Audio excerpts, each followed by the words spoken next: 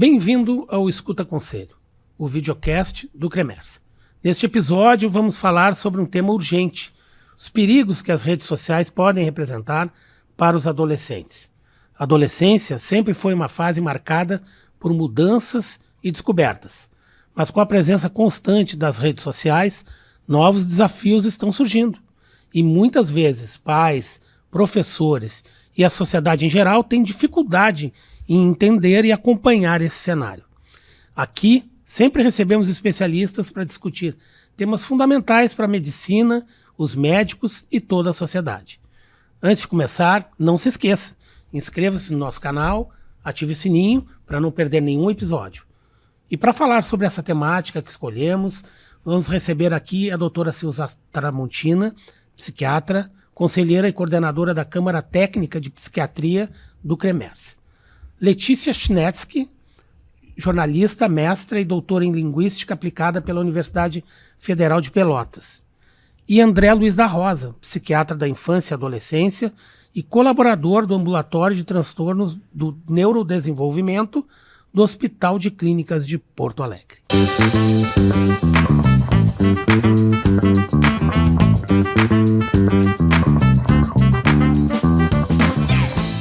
Bem, a escolha do tema do nosso episódio de hoje, ela não é por acaso. A gente está acompanhando nas redes sociais e também na mídia, a mídia oficial, a grande mídia, toda a repercussão que está tendo em torno daquela série, uma série britânica, Adolescence, que trata sobre casos, um episódio de violência envolvendo adolescentes e envolvendo escola, envolvendo professores, pais, enfim. Então esse é um tema muito rico que eu gostaria de abordar, inicialmente com a doutora Silza, que além de ser nossa conselheira, é uma pessoa bastante experiente nessa área de lidar com adolescentes, né? E a adolescência, a palavra do latim já vem, adolescer quer dizer crescer, né? É uma fase em que a gente não é nem criança e nem adulto. E aí como lidar com esses conflitos que são potencializados pelas redes sociais? Bom, a adolescência nessa fase, 12 anos até 14 anos, tem uma grande mudança cerebral, né? Que a gente chama de janela de oportunidade, em que o cérebro está se reorganizando. E, portanto, é uma faixa de idade de muito perigo, né, para esses adolescentes. E com essa série, né, isso ficou famoso, vamos dizer assim, só se fala nisso, né? Porque agora parece que os pais se deram conta do perigo da internet, do que é a internet na vida das crianças e dos adolescentes, né, especialmente. Tem muitos desafios, né, e eu já lanço, né, uma questão para a Letícia, né, que é especialista nisso. Letícia, nos conta um pouco, assim, desses desafios. O que os adolescentes estão vendo na internet? Primeiro isso. Olá, boa tarde a todos. Muito obrigado pelo convite. Estou muito feliz de estar aqui para compartilhar um pouco do que eu tenho estudado todos esses anos. Então, os desafios, eu não sei nem por onde começar, tá? Porque a gente está num momento muito complicado. Eu vivo dizendo, eu não gostaria de ser adolescente nesse momento. A gente está num momento muito imagético. Então, há algum tempo atrás, quando a gente pegava uma foto, a foto demorava a carregar, sabe? E agora a pessoa vai lá, tira, tem vídeo, não sei o que, e já passa adiante, é muito rápido tudo. Até tem uma situação engraçada que eu passei, que eu estava numa fila e vi umas meninas fazendo assim com o celular para mim. Eu tinha certeza que elas estavam me filmando, me gravando de alguma forma. E aí eu saí da fila e perguntei para elas: oi, gurias, vocês não estão me filmando, não tiraram foto minha, né? Não. E aí uma outra disse: não, a gente tirou uma foto porque a gente gostou muito do teu vestido. Eu disse: não, então tu apaga a foto que eu vou te dizer onde eu comprei. E isso é muito interessante porque fala um pouco da cultura deles, entendeu? É tudo na imagem. Então, eu vi uma coisa estranha na rua, foto. E divulga. E isso é muito complicado, porque então a gente tem jovens que estão a qualquer momento prestes a viralizar por coisas nem sempre positivas, E tem sempre a possibilidade de alguém estar te filmando, tem sempre a possibilidade de alguém pegar o que tu falou, distorcer, né? E antes não era assim, a gente não tinha isso antes, né? Eu comecei as minhas pesquisas no Orkut, e isso não, apesar de ter essa violência toda, não era tão viral, tão... Aliás, ontem o fundador, ontem não, né? Mas na ocasião do South Summit, do South Summit, ele mencionou que, para ele, entre a fundação, digamos assim, a criação das redes sociais, que ele foi um pioneiro, né? E o que a gente tem hoje, né? Ele disse que o grande marco de mudança para pior, na visão dele, né? Foi a questão do like, que veio lá em 2012. Ele, por exemplo, eu me lembro, eu sou uma pessoa que usa bastante Twitter. Eu tenho Twitter desde 2008. Né? E nunca, no Twitter, eu acho que tinha o botãozinho ali, mas era só para dizer que tu leu, né? Não tinha uma conotação de curtida no sentido de fama. Né? E isso é uma coisa que realmente faz sentido? Isso é uma coisa que valida ou não as postagens, né? E é muito interessante a gente ver que às vezes são vídeos agressivos e tem vários likes. E na verdade são pessoas que também não curtiram o conteúdo, mas curtiram ali, deram um like para validar, para reconhecer aquele conteúdo, né? Até o Instagram estava estudando, eu acho, uma maneira de botar o dislike, porque tem muito conteúdo que a gente vê e que a gente não se identifica, e a cada curtida a gente alavanca, né? O conteúdo. Então, uma coisa que acontece muito é a pessoa tá indignada com aquilo, porque o que as pessoas compartilham? O que gera algum tipo de sentimento. O que gera tristeza, o que gera indignação, o que gera raiva, o que gera compaixão. Então, é por isso que é sempre uma coisa, uma pessoa que precisa de ajuda, ou uma coisa absurda. Então, tem que ter um sentimento para dar aquela motivação inicial. A gente estava falando, antes de dar início ao nosso episódio aqui, sobre a questão do bullying, né, nas escolas. Porque não apenas na série, essa que ensejou a ideia da gente trazer esse episódio, mas também a gente tem visto, e aconteceu recentemente, aqui no Rio Grande do Sul, um caso de agressão tentativa, eu diria até, não é agressão, morte, tentativa, né? De morte, né, de uma professora. E tudo vai se investigar, aí a polícia vai investigar, os professores, e aí é o bullying. E é uma coisa, eu já sou uma pessoa com muita estrada, já criei 2 filhas, né? E uma delas, inclusive, ela passou por problemas de bullying na escola, mas assim, não tinha essa dimensão, porque foi noutra época. Foi dramático, foi difícil para ela, mas não tão difícil quanto é agora. Então eu queria trazer também o nosso outro convidado para falar um pouquinho sobre a dimensão desse bullying no cyberespaço aí. Perfeito. Obrigado pelo convite, é um prazer estar aqui também, poder compartilhar um pouco do que eu venho estudando.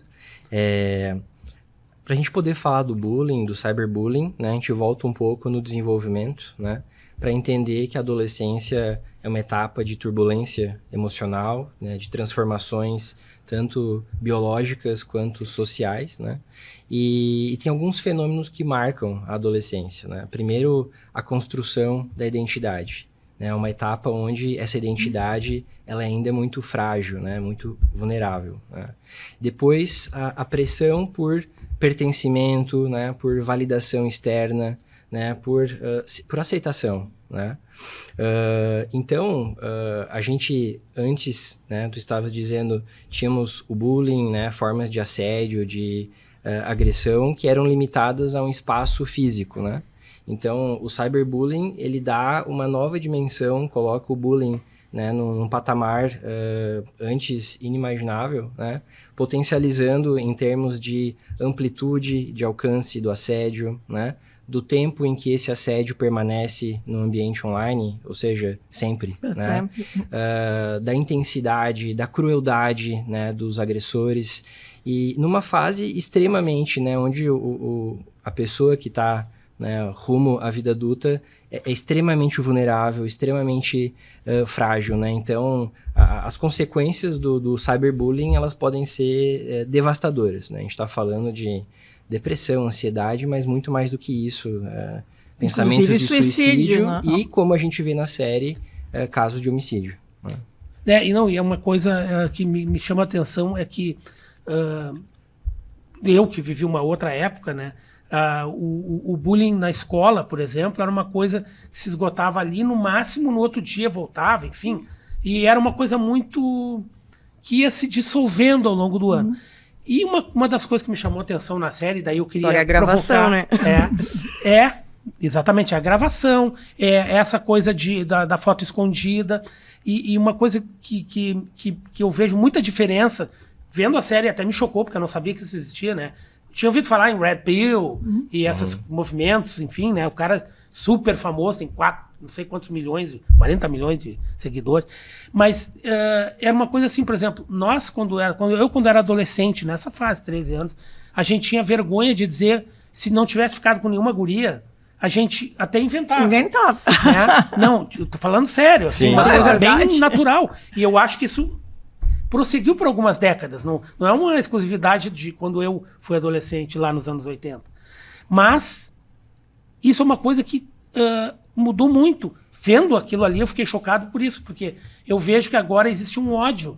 Aquele menino que se sente rejeitado, ele passa a odiar. Em vez de ele ter vergonha, quer dizer, ele continua tendo vergonha, né? Mas ele reage com ódio, né? Então, queria ouvir da Letícia, aliás, de todos vocês, né? Uma apreciação sobre essa mudança comportamental dessa geração. Eu acho que vocês dois tocaram em pontos bem importantes. Um é o pertencimento e o outro é a vergonha. A vergonha não tem muito o que falar. Hoje as pessoas não têm mais vergonha de falar. Antes tu ia num lugar e tu ficava pensando, será que eu vou falar e eles vão concordar comigo? Melhor eu ficar quieto, não vou falar nada. Na internet não, na internet tu vai falar, alguém vai concordar contigo, nem que seja uma pessoa da China. Alguém vai lá e vai validar o teu conteúdo. Vai te dar força naquilo que tu tá dizendo. Isso é uma coisa muito importante nesse sentido, porque aquele bullying que se dissipava, aconteceu e no outro dia não acabou, que não durava tanto, e agora ele é gravado, e a internet tem memória. E a memória é aquela coisa, tá no Google, já era, não adianta tu querer. É o que eu costumo falar, lembra que teve um assaltante até que eles escreveram, aquele cara já escreveram, não sei, bandido morto, sei lá o que era, mas na testa dele. Esse cara já passou por vários procedimentos para retirar isso. E esse cara, cada vez que colocarem o nome dele no Google, vai aparecer aquilo. Ou seja, por mais que ele já não esteja mais fisicamente com aquilo aparente, ele está eternizado na internet. É uma pena perpétua é um bullying perpétuo. Exatamente. Tem um livro que se chama Humilhado, Como a Internet Mudou o Julgamento Público, que é muito bacana. E ele fala que antigamente as pessoas iam para praças públicas para ver, né, a pessoa ser decapitada pelo crime que fez e tal. Aí acabou aquilo, a pessoa vai para casa e acabou, encerrou.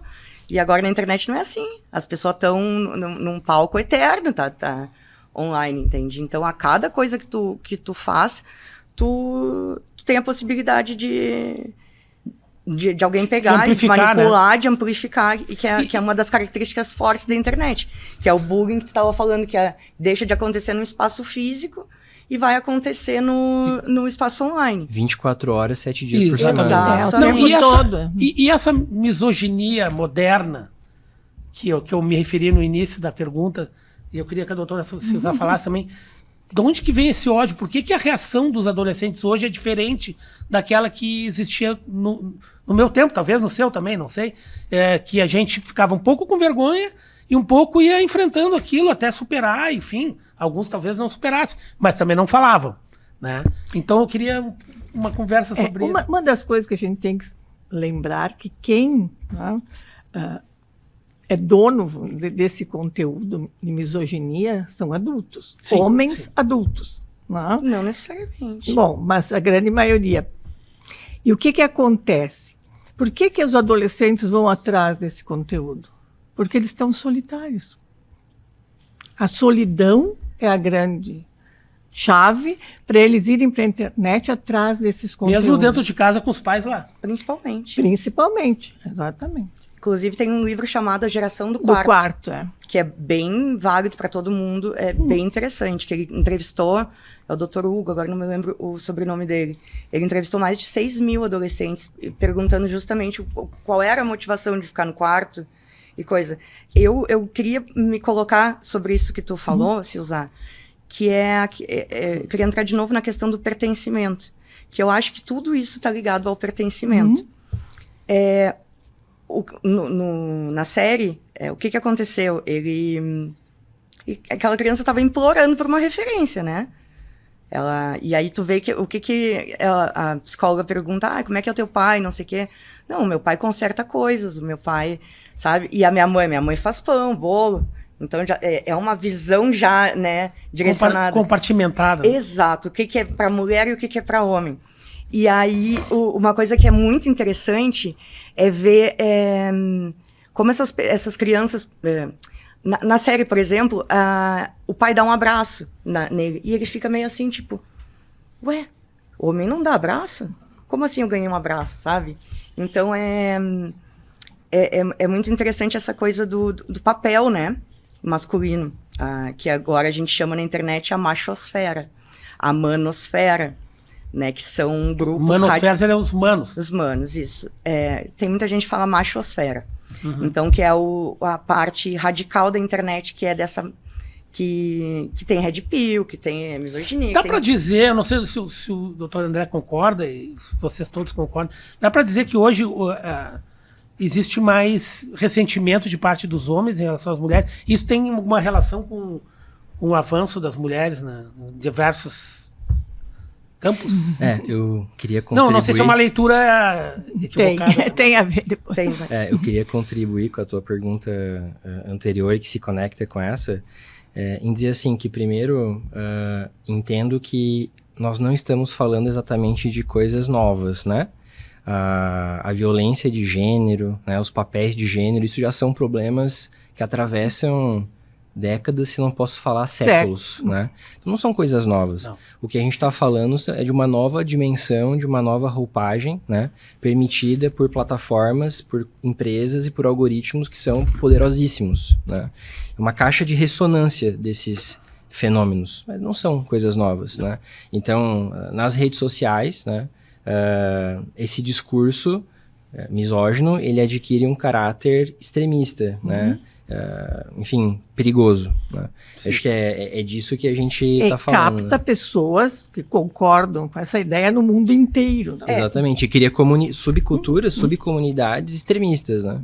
Então, o fenômeno em si do masculinismo, né? Dessa imagem tanto do homem, dos papéis de gênero, isso são problemas antigos, né? Mas que é verdade, a gente fala mais disso agora. Sim. Acho que essa é a diferença. E né? eu acho assim, eu não sou um demonizador das redes sociais, até porque o uso que eu faço delas é muito mais profissional. Alguma coisa pessoal, o meu Instagram, por exemplo, eu coloco fotos de viagem, das comemorações, mas tem gente que não... O uso, eu sempre digo assim, como eu faço uma comparação, claro, talvez não seja a melhor, mas é como um automóvel. A gente vê o automóvel pode levar para realizar muitos sonhos, tanto o de adquirir quanto o de usar ele, te levar em algum lugar, mas também ele pode ser uma arma, né? Então, assim... Pode te matar. O papel das redes sociais agora, já que a gente está indo para esse rumo, assim, de como é que se administra isso, criar, assim, parental control...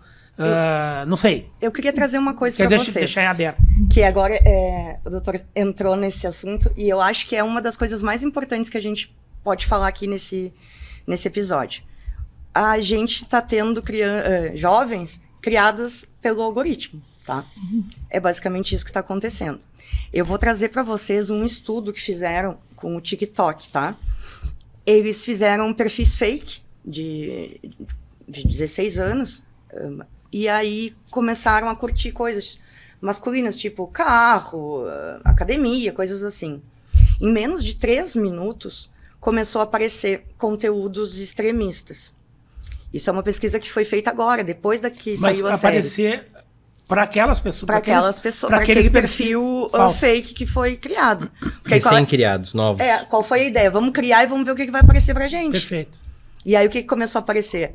Começou a aparecer conteúdo de sonegação de impostos, não sei o quê, Neymar. Começou a aparecer coisas religiosas, só que no meio dessas coisas religiosas tinha, por exemplo, um soldado dentro de uma igreja ajoelhado e dizia: matar não é pecado. Entende? Então, no meio disso, tem outras informações, entende? Isso é puramente gerado por algoritmo, então, porque ele pega o perfil do fake que foi criado há 16 anos, menina, tarará, vou mandar isso para ela.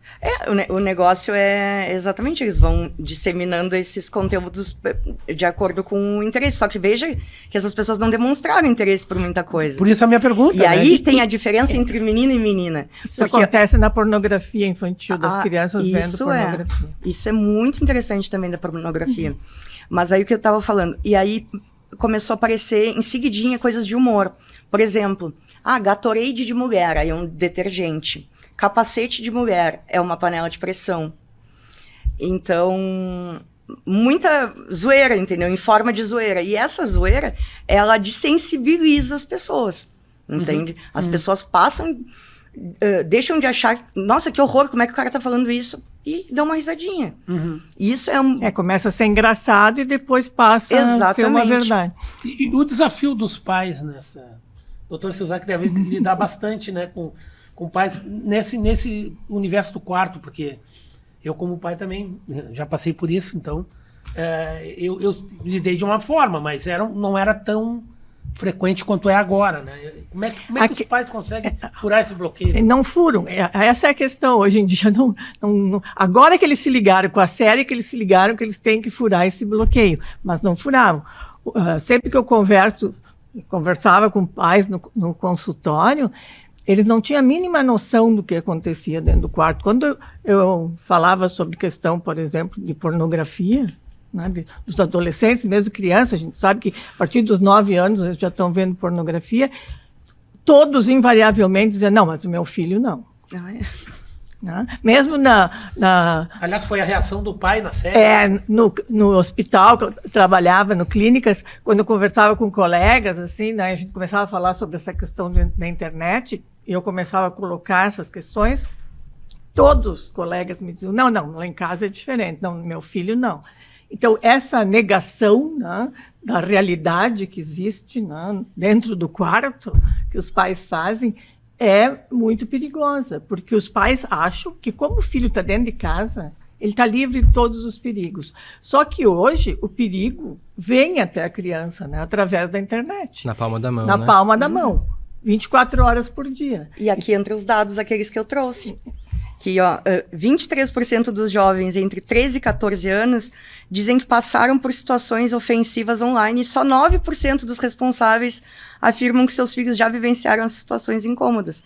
Ou seja, ninguém sabe o que está acontecendo. Até porque as crianças não contam, os adolescentes não contam para os pais. Mesmo bullying na escola presencial, eles vão contar quando a coisa está muito grave. E não a conta escola por quê? Também finge que não vê. Não, deixa que o pai fale em casa. Só que aí o pai não fala em casa. E aí ninguém fala. Aí quem é que fala? Uma pessoa online, que pega e escuta a fragilidade desses jovens, que vão para esses grupos falar como se sentem em relação aos outros, não sei o quê, e criam um incelzinho. Eu queria lembrar aqui, né, que eu acho que a série Adolescence, né, abordou de maneira muito sensível e brilhante essa questão no segundo episódio, né, quando o detetive, né, ele vai até a escola. Ele vai até a escola e lá pelas tantas ele tem um encontro ali com o filho dele, né, e o filho dele diz assim, em outras palavras, né, pai, tu não tá sabendo de nada. Não sabe nada. Vou te falar porque tu tá passando vergonha. Tu não tens realmente é isso. Tu não tens o que tu precisa para entender o que aconteceu. Tu não sabe de nada, né? E ele de fato não sabia, ele não entendia, né, os códigos, ele não entendia os emojis, ele não entendia a nomenclatura Red Pill, incels, né? Então tu vê que tem ali, eu acho que tá bem assim ilustrado, né? Esse abismo geracional, né, que pode ter, e a dificuldade, enfim, dos pais pertencentes a uma outra geração. E dos professores também mostram. Dos professores, né, e de se aproximar, de entender, de entrar nesse universo, né, e de compreender, porque eu acho que aqui a palavra que está no ar aqui é a questão da compreensão. Exatamente. Né? De se aproximar, de ter diálogo aberto, né, de estar junto, né. Sem crítica. Exatamente. Porque vai ser sempre um enigma. eles vão ser sempre um enigma, vai ter código, vai ter várias coisas. Sim. Tu não Mas isso precisa sempre foi saber assim. Como todos os tinha códigos. gíria. Na minha época era Exato. gíria. A gente falava numa linguagem que os pais não entendiam. Por exemplo, hoje, se tu coloca um coraçãozinho amarelo, isso aí eu me pego às vezes, porque aí eu boto, sei lá, uma roupa amarela, e bota um coraçãozinho amarelo. Isso significa desejo sexual? Se tu bota Não sabia roxo... disso. Tem toda uma... as pílulas vermelhas, né, que eles Sim, usam sim, de essa- emoji, é. também é para mostrar. E quando essa pílula vermelha é usada do lado de uma... daquela coisa de explosão, significa que aquele é um red pill muito forte, entendeu? Que é muito extremo aquela pessoa. Então tem várias... Nossa, é um mundo que a gente não... eu fico tenho curioso anotado... de quem é que desenvolveu essa sistemática. É um código. Os próprios É um código. adolescentes. Mas lembra que a gente fazia antes, A igual a um triângulo, B igual a uma estrelinha, não sei o quê. E aí era assim que a gente se comunicava. O negócio é que hoje pela primeira vez na vida, a gente está conseguindo enxergar essas relações em grande escala. Visualizar, entendeu? Ter dados e ver, ó, esse se conecta com esse. E eu queria continuar aquilo que eu estava falando dessa pesquisa. Aliás, a Letícia é autora desse livro aqui, ó, que está aqui bastante atual. Depois queria que falasse um pouquinho Claro. também sobre o teu livro. Eu queria complementar aquela parte que eu estava falando dessa pesquisa que fizeram. Então, fizeram com meninos, tá? E aí começou a aparecer esses conteúdos misóginos e tal. E aí fizeram com meninas. E em seguida começou a aparecer coisa de bulimia, de anorexia, de pressão estética, né? Então, é muito curioso de enxergar isso se estruturando. E não é por acaso, né? Isso aí. Não é por acaso. Uma coisa que eu queria bater de novo é a questão do pertencimento. Todo ser humano precisa de pertencimento. Agora, um adolescente precisa de pertencimento tanto quanto tomar banho e... Mais até que tomar Mas banho, sabe porque que- banho ele ainda... Sabe que é uma coisa curiosa, que eu, por exemplo, eu mencionei aqui no início do programa que eu sempre me dei bem, se dar bem não é no sentido de namorar, embora também, mas eu tinha muitas amigas mulheres, meninas, entendeu? Eu me dava bem com elas.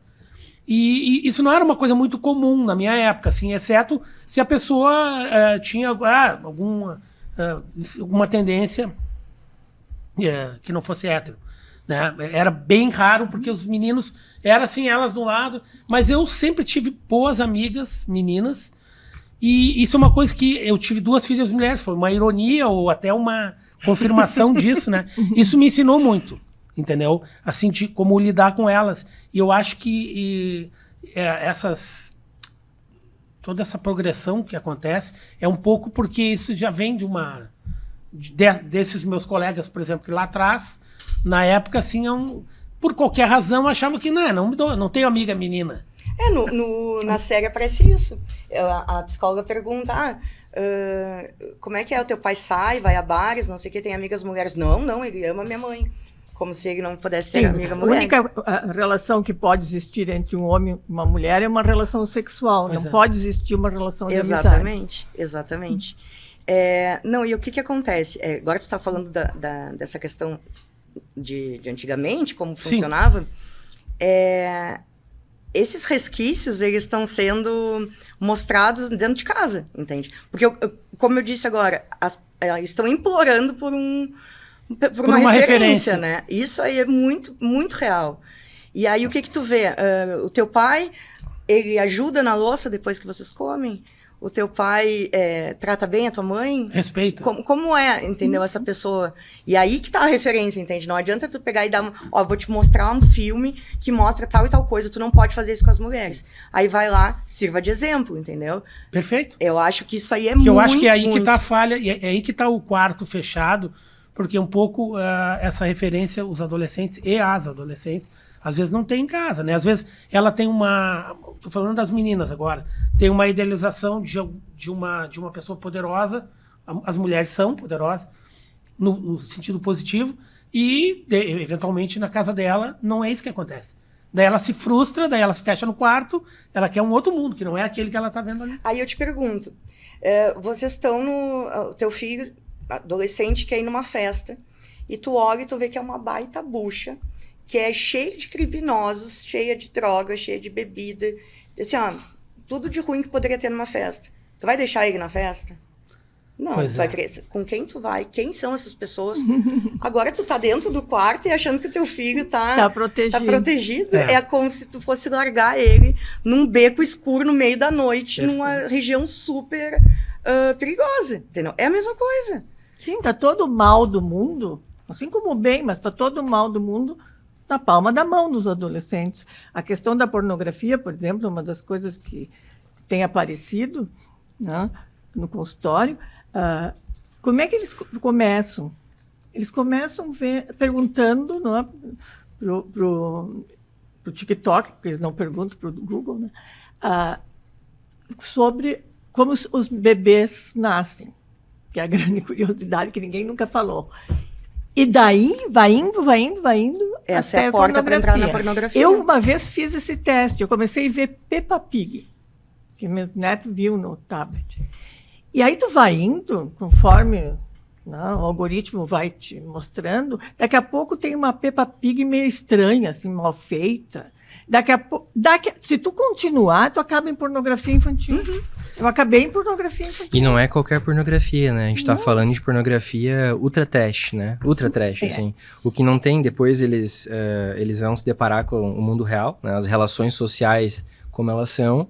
E aí tem uma frustração muito grande, né? Porque a mulher não é aquele objeto, eu tenho várias né? situações, né, no consultório, de meninos que quando começa uma relação real com uma menina, o que acontece? Acontece que eles dizem, mas não tem graça, mas, sabe, não fico excitado. Sim, porque até ontem só via pornografia. Para eles, o sexo né? é o que eles veem E na pornografia. pornografia pesada, né, como tu disse. Então, assim, o parâmetro muda completamente. Muda mesmo. Este é o Escuta Conselho, o videocast do CREMERS. Aqui você acompanha os assuntos mais atuais da medicina e que têm impacto real na sua vida. E não esqueça de se inscrever no canal do CREMERS, curtir, comentar e ativar as notificações para não perder nenhum episódio. Seguimos falando agora sobre as redes sociais e adolescência. Uma questão que tu falaste, Letícia, também, que eu queria conversar sobre isso, é a questão das meninas com a imagem, né? Que até é o título do teu livro. Eu tenho visto assim, várias pacientes que chegam, elas vêm já com uma listinha. Eu tive uma paciente que veio com uma listinha de 13 cirurgias plásticas que ela queria fazer. Trouxe dados sobre isso. Uma menina bonita, assim, não.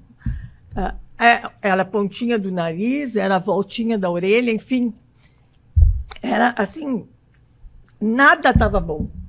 O nariz não estava bom, a pontinha da orelha não estava bom, nada estava bom para ela. Não. Ela tinha uma autoestima muito baixa, porque ela não era alta, ela só faltava ela querer se espichar assim, numa máquina de espichar. Então, essa é uma questão também, né, para as meninas. A questão estética. Com certeza. Isso aí, no caso, o exemplo que eu mencionei da minha filha era nessa linha, porque tinha um padrão, enfim, que ela não era muito o padrão ali na época de adolescente e tal, e a cobrança era muito grande. E o curioso é que, assim, a gente mencionou aqui, né? Não é só na internet que às vezes a gente não fica sabendo das coisas. Na vida real também, não. Entende? Eu fiquei sabendo isso muitos anos depois. Porque dão sinais, né? Quando ela teve coragem de falar, ela mesma falar. Mas ninguém chegou na escola e disse, isso está acontecendo. Entendeu? Eu acho que e era uma escola, assim, uma escola do lado da minha casa, estava acontecendo do lado da minha casa, porque eu moro do lado da escola, uma escola, não vou mencionar o nome aqui, mas super importante, enfim, conceituada, uma boa escola, mas falharam nesse particular. E eu acho que esse apelo, e aí isso vale para os meninos também, né? Questão estética, né? Tá começando a gente vê também. assim, isso é muito... Eu não sou uma pessoa, no meu algoritmo não aparece, mas eu sei que isso acontece, assim, porque as pessoas começam a ver aquilo e aí começa... Tem os filtros. E qual é a referência dessas meninas? O filtro. É o filtro. Elas chegam nas clínicas e dizem, eu quero ficar que nem esse filtro. As influenciadoras, né, de beleza irreal. Que vendem uma rotina que é irreal, né? Que não é possível. Um cidadão comum não tem como... Sim. E aí frustra, e aí gera tudo isso. E a gente tá vendo agora nos meninos a vigorexia, né? Também querendo corpos perfeitos, Sim. sarados, né? Também nos meninos tá começando a aparecer, né? E eu acho que assim, tudo... tudo se resume a essa necessidade de pertencimento e a frustração. Eu acho que as crianças, desde muito pequenas, agora é uma observação minha como pessoa mesmo, de observar nas ruas, é como os pais não estão sabendo lidar, desde pequenininho, desde criança pequena mesmo, antes de adolescente, com essa questão da frustração. Quer dizer, de aceitar que a criança tem que aceitar que ela não vai ter tudo. Mesmo que ela seja rica, que ela tenha posse, que ela tenha uma boa condição financeira, intelectual dos pais. Como é que se lida com isso? Porque esse problema ele começa antes, né? Ele não começa com 13 anos. Não, Perfeito. nem a distância, né, entre os filhos e pais começa aos 13 anos. É. Né? Então, uma das coisas que eu sempre oriento os pais, tem que buscar no colégio. Levar até pode ser da terceira idade, mas buscar e, de preferência, levar os coleguinhas para casa.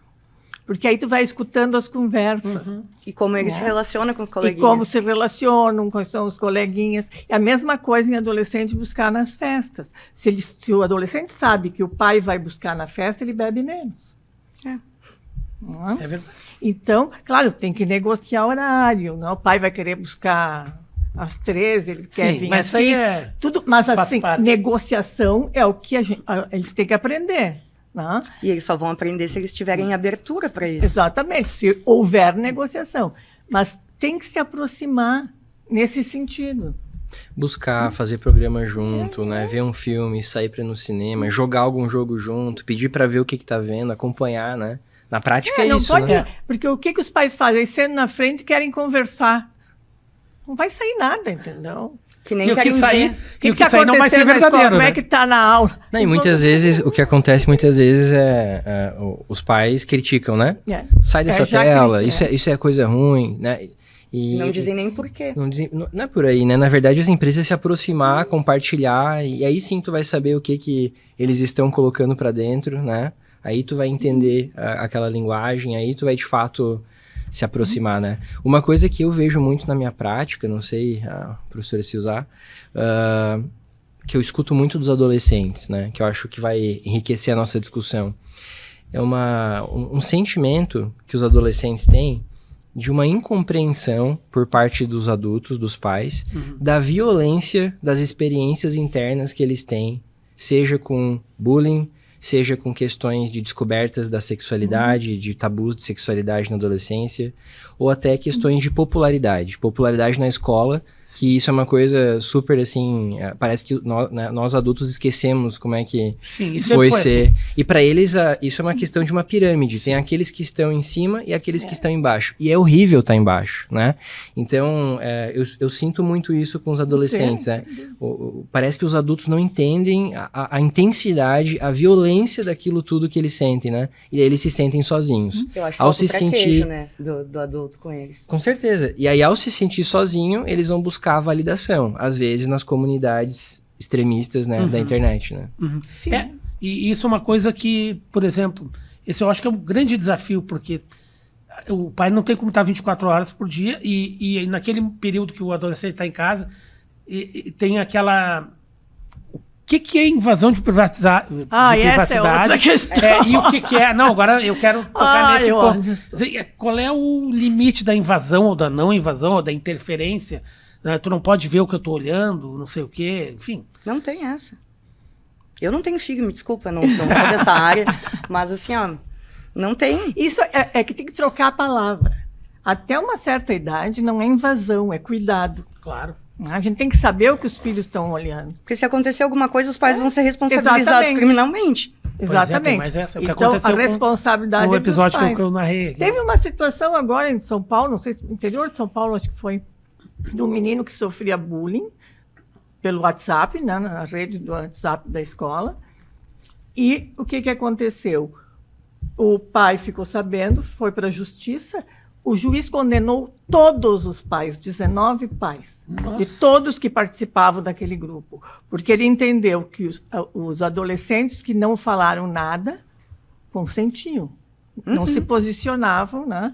Não avisaram nenhum adulto, não se posicionaram. Não saíram do grupo. E, portanto, além da escola, porque ele também condenou a escola, todos os pais. Então, isso, porque agora bullying é crime. Então, isso também vai começar a acontecer. Então, os pais têm que ter mais cuidado. Até o tratamento psicológico, os pais estão sendo condenados a pagar.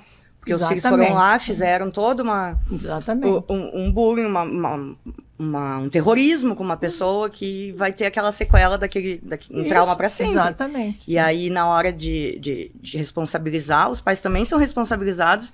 E até teve um caso que eles determinaram que os pais tinham que arcar com todo o tratamento psiquiátrico que aquela criança ia ter que ter. De uma outra criança. De uma vítima. Isso da escola também é uma coisa interessante. Há uns anos atrás, né, lá no Clínicas, o Rode começou um estudo sobre bullying. E a gente ia nas escolas propor que a gente pudesse, enfim, passar um questionário para os adolescentes, crianças responderem. Todas as escolas, todas diziam, não, mas aqui não tem bullying. Então, o que a gente propunha? A gente propunha que aquela escola, então, ficasse a escola controle, né, para eles darem autorização. A escola controle. Então, a escola que não tem bullying, para a gente comparar com aquelas que tinham. Todas tinham. Claro. Quando eles preenchiam o questionário, aparecia muito bullying. É que bullying eles não fazem na frente do professor, na frente do pai, da mãe, não. Então, é uma negação também pelas escolas. Assim, o bullying tinha que ser trabalhado o ano inteiro pelas escolas. Sim, tinha que também entrar esse conteúdo em todas as matérias. E o agressor também tem necessidade de saúde mental, que Sim, muitas vezes não sim, são vistas, né? Às vezes o agressor, ele Em casa. ele é um agredido. Muitas vezes. E são pessoas que não se sentem vistas, né? Porque, E aí são vistas como agressores, aí eles são reconhecidos. Sim. Aí muda. Se empoderam, né? Porque são introvertidos, porque não tem um padrão, que aí entra até o que eles falam na série do 80-20, vocês lembram? Que é 80% das mulheres se interessam por 20% dos homens. E aí, então, que a culpa é dessas mulheres, entende? Que são os incels, que culpam toda a frustração deles, botam em cima das mulheres. As mulheres que fizeram estar nessa situação. Que é o celibatário involuntário, né? Sim. E não, que é sobre, na verdade, é sobre o que se trata no âmago, lá no início, a série, né? Sobre uma rejeição do menino e tal, e ele fazia parte desse grupo aí dos incels aí. É porque ele sofreu bullying, porque, na né? verdade, o incel, ele faz parte do grupo justamente involuntariamente, porque ele não gostaria de fazer, né? Eu acho que eles têm bastante consciência. O que eu acho que acontece? Por eles não terem, especialmente os meninos, por eles não terem essa conversa em casa, até por essa visão de que o homem não chora e não sei o quê, eles vão expressar essas vulnerabilidades deles na internet. E aí vai chegar alguém, geralmente um líder, vai dizer, não, eu te entendo. Isso é por causa das mulheres, elas fazem isso. Então, acha um inimigo comum. E aí, a recruta, né? E aqui eu trouxe para vocês uma coisa que a gente está falando, porque eu acho que tudo isso tem muito a ver com a relação dos pais, tá? E, de novo, eu vou dizer, eu não sou mãe, então eu estou falando como eu vejo e estou trazendo algumas pesquisas que foram feitas. Mas não, nem todo ginecologista tem experiência própria. Então, assim, um projeto feito junto com o Pacto Global da ONU no Brasil, eles escutaram meninos de 13 a 17 anos para entender as suas alegrias e dores, seus pensamentos e masculinidades. A pesquisa mostrou que 6 em cada 10 tem pouca referência positiva de masculinidade no cotidiano, enquanto 5 em cada 10 não têm certeza se são amados pelos pais. Então, o que acontece? Tu não conta porque meu pai vai brigar comigo. E aí, isso é uma coisa que eu estava assistindo. Tem uma pessoa que eu acompanho, que é uma juíza que trabalha com essas coisas dos crimes, pedofilia e pornografia, e Vanessa Cavalieri, ela é maravilhosa. E ela conta, uma coisa em comum nesses agressores Em comum. Em comum. Eles perguntam, mas por que tu não contou pro teu pai? Porque ele ia me brigar comigo, porque ele ia me botar de castigo, porque ele ia me bater. Ia tirar o celular. Então, qual é a coisa? É tu criar um ambiente, como é que se diz? De proximidade. Livre, no caso, né? Sem julgamentos, para um território que nunca que nem aberto, sempre é visível, positivo, né? Então, a criança saber, se der ruim, eu tô aqui. Me diz, melhor me dizer, entendeu? Porque daí o que eles vão falar? Eles vão falar na internet. Eles vão falar para outras pessoas, né? Então, e a escola entra aí. A escola também não as pessoas não vão atrás para contar na escola. Então, é uma cultura que pode ser construída, né? Porque aquela coisa do pai como sei lá, o castrador, que não deixa fazer nada, não sabe? Só a polícia e só o tira ruim ainda, né? Não é nem o tira bom. É isso que faz as crianças fazer tudo pelas costas, entendeu? No último episódio, a gente tem ali, de novo, super bem representado esse fenômeno, né? O pai, ele tá numa tensão, ele tá quase explodindo, né? E ele não consegue dizer o que ele tá sentindo, ele tenta, né, abafar o assunto, né? Depois aquela cena final, onde ele tem quase que um choro catártico, né? E, então acho que ali está representado a dificuldade masculina de poder falar sobre sentimentos e essa é a referência que muitas vezes os meninos não têm, né? E nem se falaram muito nisso, mas se tu for ver, esse pai também é agressor, né? Ele tem aquelas crises. Ele teve um rompante dentro do mercado, não teve na série? E aí falou. Mas eu acho que eles não. Não foi objetivo. Essa mesma conversa, essa mesma frase que tu usou, a minha filha usou. A Mariana, mais velha, tem 28. E ela falou pra mim isso. Eu digo, mas eu não acho. Eu acho que eles quiseram colocar ele como. Tipo, eles quiseram não glorificar, digamos. Ele não era o perfeito, mas ele era um cara comum. Porque eu acho que em algum momento a psicóloga pergunta se ele tinha agredido a mãe dele alguma vez. Ele disse que não, né? Que não, mas que ele tinha destruído um Sim, ele tinha rompantes de fúria. De fúria. Não, mas eu acho que isso é importante para construir também, na minha visão, pelo menos, de pai e de quem assistiu a série, de uma pessoa normal. Que qualquer pessoa tem um acesso de fúria. E de um homem que não se expressa, que não... Exatamente. E aí, sim, por isso, como ele não fala, ele tem que botar no Isso, comportamento. perfeito. Que é como o menino faz também. Né? E isso ajuda a construir, a entender por que o menino aconteceu aquilo com ele. Por que ele ficou daquele jeito. Ele, imagina, se ele fala alguma coisa e o pai dele tem essa reação que ele teve... Sim. Eu ia dizer assim que pra mim o brilhantismo dessa série, né, mora no fato de que ninguém ali é uma vítima perfeita e ninguém ali é um culpado perfeito, né? A série levanta essa discussão, acho que tu mencionou antes, a discussão de que todos são responsáveis, né? Existe uma falha institucional, né?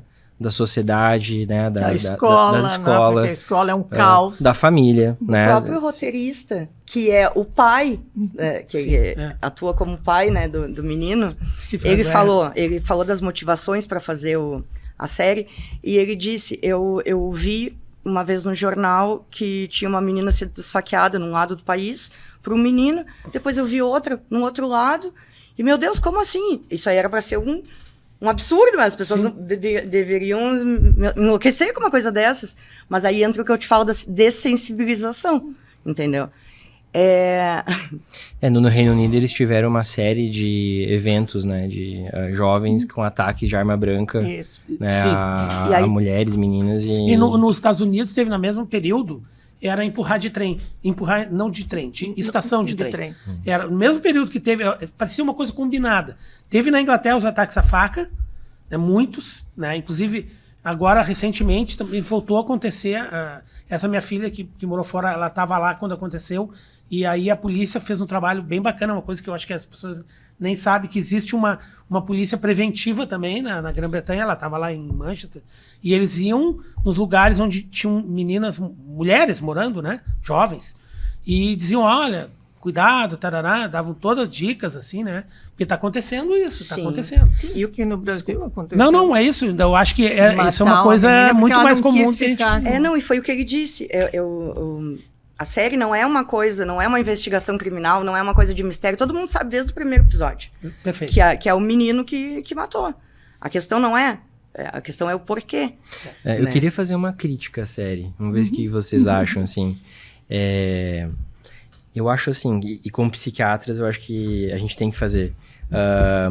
Eu tive um pouco a impressão que às vezes ela leva a discussão muito para uma leitura talvez excessivamente sociológica, no sentido de que há alguma questão de saúde mental também que não foi muito bem abordada. Talvez propositalmente, porque a ideia era levantar o debate social, né? Sim, e tá aí o sucesso, né,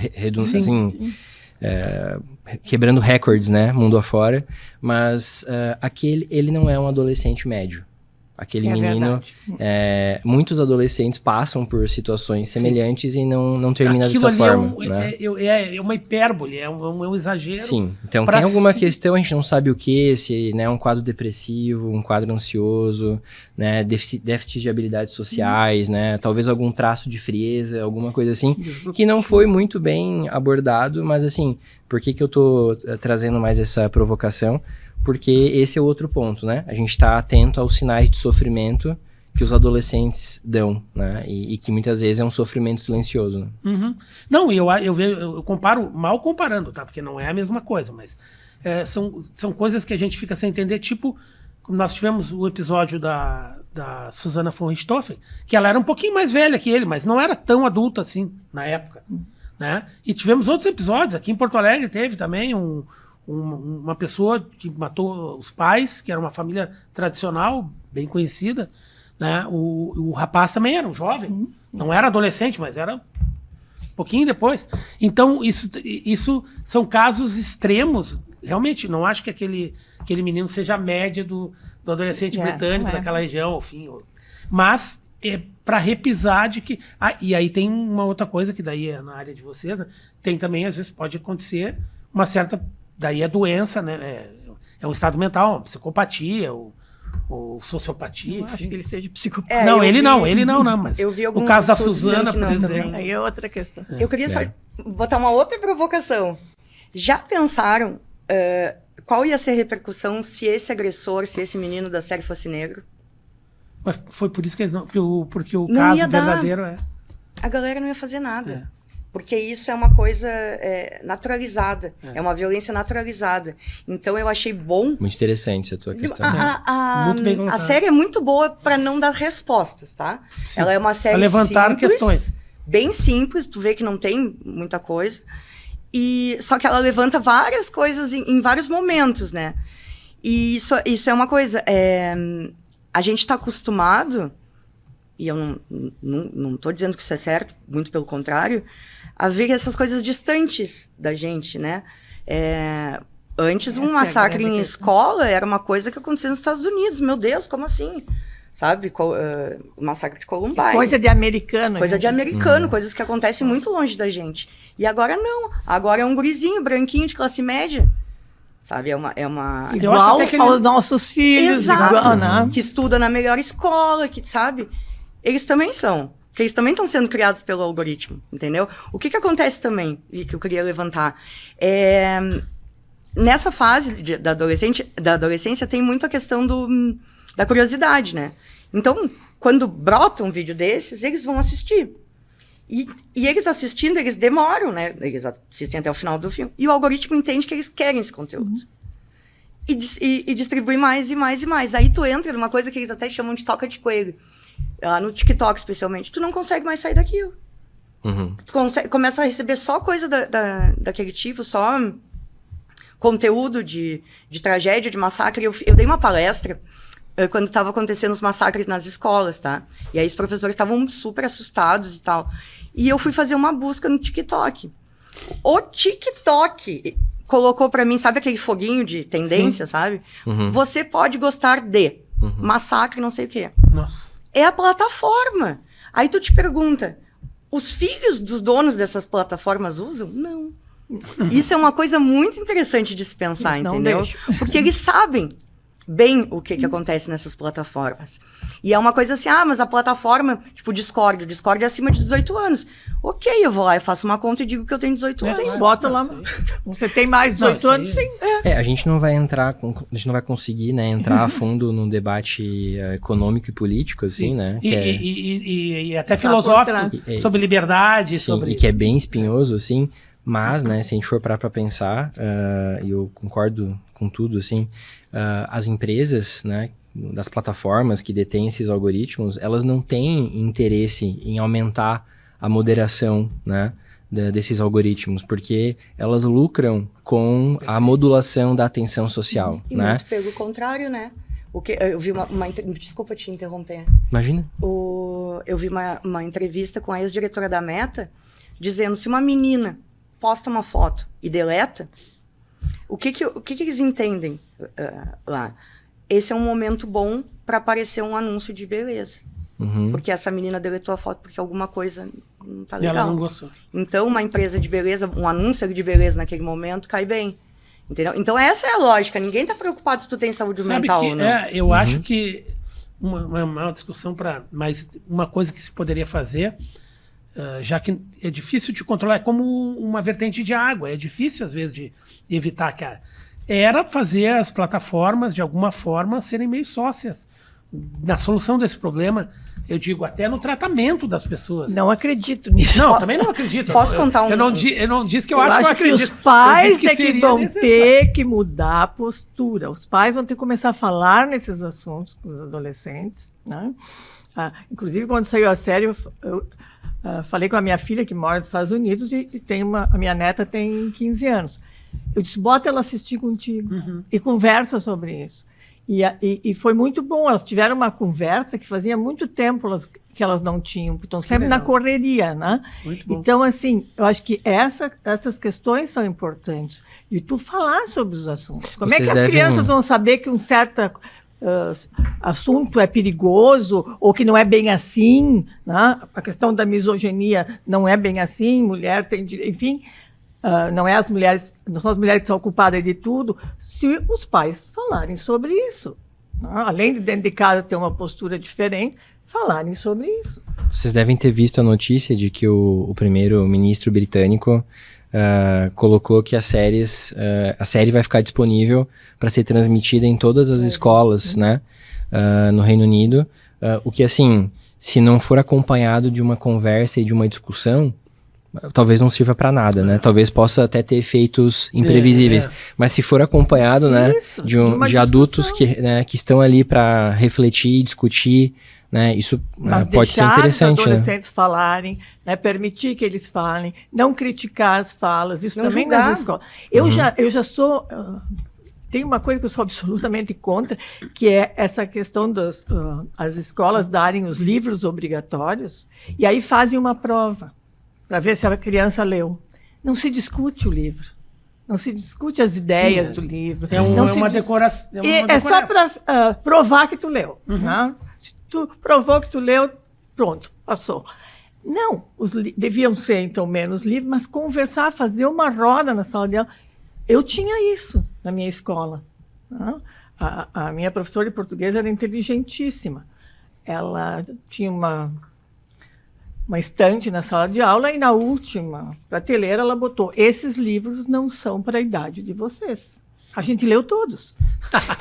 Que ela queria que a gente lesse. Claro, né? Tá certo. E depois todos os livros foram discutidos. Todos foram discutidos com ela. Então falta isso também, a gente discutir as coisas com as crianças. Mas eu também acho que faltam políticas públicas fortes. Também, sem dúvida. Também. Eu queria aproveitar... Não, é só para... Nós já... Passou muito rápido, né? Ai, que droga. Quando o assunto é bom, terminando. é uma pena. Mas, enfim, nós estamos nos encaminhando para o final. Mas eu queria ouvir vocês uma última rodada. Cada um aí abordar o que é mais importante. Eu tenho algumas coisas que eu queria trazer para essa discussão. Agora, só contribuindo com isso que estava falando, das plataformas, tá? Tem um caso, por exemplo, só um exemplo, tá? Essas discussões, primeiro, elas aconteciam tudo na Deep Web, né? Que é aquela camada da internet profunda que não é bem assim para tu entrar. Então é lá que tem pedofilia, é lá que tem droga, é lá que tu consegue arma, enfim, né, tráfico de animal silvestre, aquelas coisas assim, tá? Agora, elas acontecem nas mesmas ferramentas que a gente usa. O Instagram, por exemplo, ele é uma vitrine para pedófilos, né? O que eles fazem? Eles pegam os vídeos dessas meninas e fazem como se fosse um álbum. E aí as pessoas pagam, né? E tem um caso de uma menina que foi assediada, que aconteceu, não sei se foi em Blumenau, não me lembro o nome da cidade. E a mãe entrou em contato, tentou entrar em contato, né, com a Meta para tirar aquilo. Vai ligar para onde? Se não tem o número de um escritório. Tu vai clicar nos 3 pontinhos e denunciar e dizer que foi um conteúdo inadequado. E aquilo nunca vai acontecer nada. Eu me lembro que ela foi de plaquinha pra frente de negócio da justiça, porque o que eles vão fazer? Aí o que aconteceu? A polícia foi lá, prendeu o cara, prendeu um monte de coisa de pornografia infantil, não sei o que, e tá lá, o conteúdo continua lá. Por quê? Porque não tem ninguém que vá lá e faça uma triagem e tire. Não tem ninguém para escutar essa demanda, entendeu? Perfeito. Então eu acho que isso aí é muito importante também pensar o quanto essa discussão, esses assuntos vieram para a superfície. Eu acho que isso é muito importante, tá? Porque eram coisas que antes eram escondidas. E que nem a gente estava falando no início, eu vou falar, não vou falar. Não, vamos falar mesmo. Tem que falar, né? Tem que falar. Né? E isso era uma das coisas que eu queria falar, e eu acho que a questão do pertencimento é especial, sabe? A gente não tá dando exemplo nenhum. E se a gente não tá dando exemplo, alguém vai dar. E esse exemplo tu não pode querer que seja positivo, né? Eu acho que, por enquanto, eu tinha mais coisas pra falar, mas agora que eu vi que vai terminar... Nós estamos nos finalmente, André. Não Daria gosto. para fazer muitos. Dava pra fazer tanta coisa, dá pra falar tanta coisa. O Proust, né, ele tem uma frase curta, que eu acho uma das poucas coisas curtas que ele escreveu na vida, onde ele diz que a adolescência é a única época onde se aprende alguma coisa na vida, né? Depois o resto são ecos, né? Então, assim, eu acho que os adolescentes, eles têm direito à educação digital e à proteção, né, nos ambientes digitais. E essa responsabilidade é dos adultos. Então, Inclusive do Estado. Do Estado, exato. Então, queria terminar, né, convidando os adultos à tomada de responsabilidade, né? O monitoramento é necessário. Os pais ficam angustiados entre promover autonomia e fazer espionagem, né? Mas é proteção, é cuidado, claras, né? Tem que ser as claras, assim. Você Então, traz o celular aqui e vamos olhar. E aí, então, o recado final é esse, é estar perto, acompanhar, né? Manter um contato, um diálogo aberto, não julgar, né? Manter um ambiente afetivo, positivo, seguro. Eu penso que esse é o segredo. O outro é os pais largarem o celular também. Os pais não sabem, porque aí os pais vão lá e postam uma foto da criança na praia. Vão lá e Tomando postam... banho, bebê pelado, eu fico doente. Essa criança vai crescer em seguidinha, vai dizer, pelo amor de Deus, o que tu fez comigo? Sabe? Não, eu queria... Fora que vai para a rede de pedofilia infantil. Sim, as pessoas monetizam isso aí. Eu posso... O meu recado, o que é? A gente não pode contar com as ferramentas. Não dá para contar com plataforma nenhuma. Como a gente estava falando, é monetizar. Eles vão monetizar esse sofrimento, esse assédio, tudo vai ser... ninguém tá nem aí, entendeu? Vai virar dinheiro. Inclusive, tu nem tem para onde recorrer. Isso aí é muito interessante. E eu acho que é aquela coisa assim, desconfiança afasta e curiosidade aproxima. Então, não é aquela coisa assim, o que tu tá fazendo aí, hein? Tu tá olhando tal coisa, tu tá fazendo não sei o quê, tu tá usando um coraçãozinho amarelo pra dizer que tu tem interesse não sei o que lá. Larga isso aí, faz mal. Exato, não é bem por aí, mas é uma conversa, porque talvez a gente não entenda todos os enigmas e códigos e coisas, embora a gente tenha agora... Nem precisa entender tudo. Mas a gente consegue sentir os sinais, né? E eu acho que mais do que entender é se mostrar disponível. Sem porque dúvida. eles não querem que tu saiba o que significa cada emoji, eles querem que... Eles sentem quando tu não tá disponível.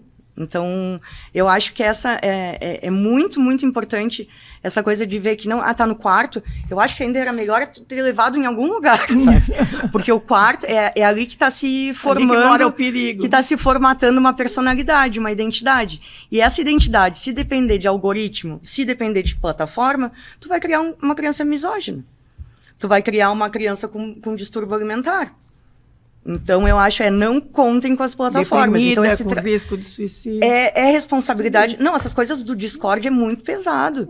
Eles têm coisa de tortura de animais, eles têm filmar ao vivo suicídio. E o que acontece? Cada uma dessas pessoas que consegue fazer isso, ela vai um ranking acima. Porque é um canal, e aí, tipo, tem o administrador e tem outros cargozinhos, assim, sabe?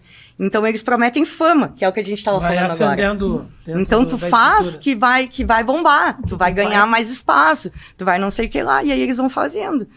E em casa não tem ninguém que eu possa conversar, porque se eu falar vão me bater, se eu falar vão, né? Então, eu acabo não falando. Então, eu acho que é isso aí. A verdade é que é um assunto muito rico. E foi um achado realmente tanto a situação dessa série, quanto a gente ter tido a iniciativa, a ideia de trazer esse tema aqui. Eu queria agradecer a todos aí, a contribuição de todos aí, e esperar que nos próximos episódios a gente tenha também temas fascinantes para discutir. Muito obrigado. Esse foi o episódio de hoje do Escuta Conselho, sobre redes sociais e adolescência. Ele vai estar disponível no Spotify, no Instagram, no Facebook e no YouTube do Cremerse. Siga as nossas redes em @CremerseOficial e acompanhe as discussões sobre os assuntos mais importantes e mais atuais da medicina.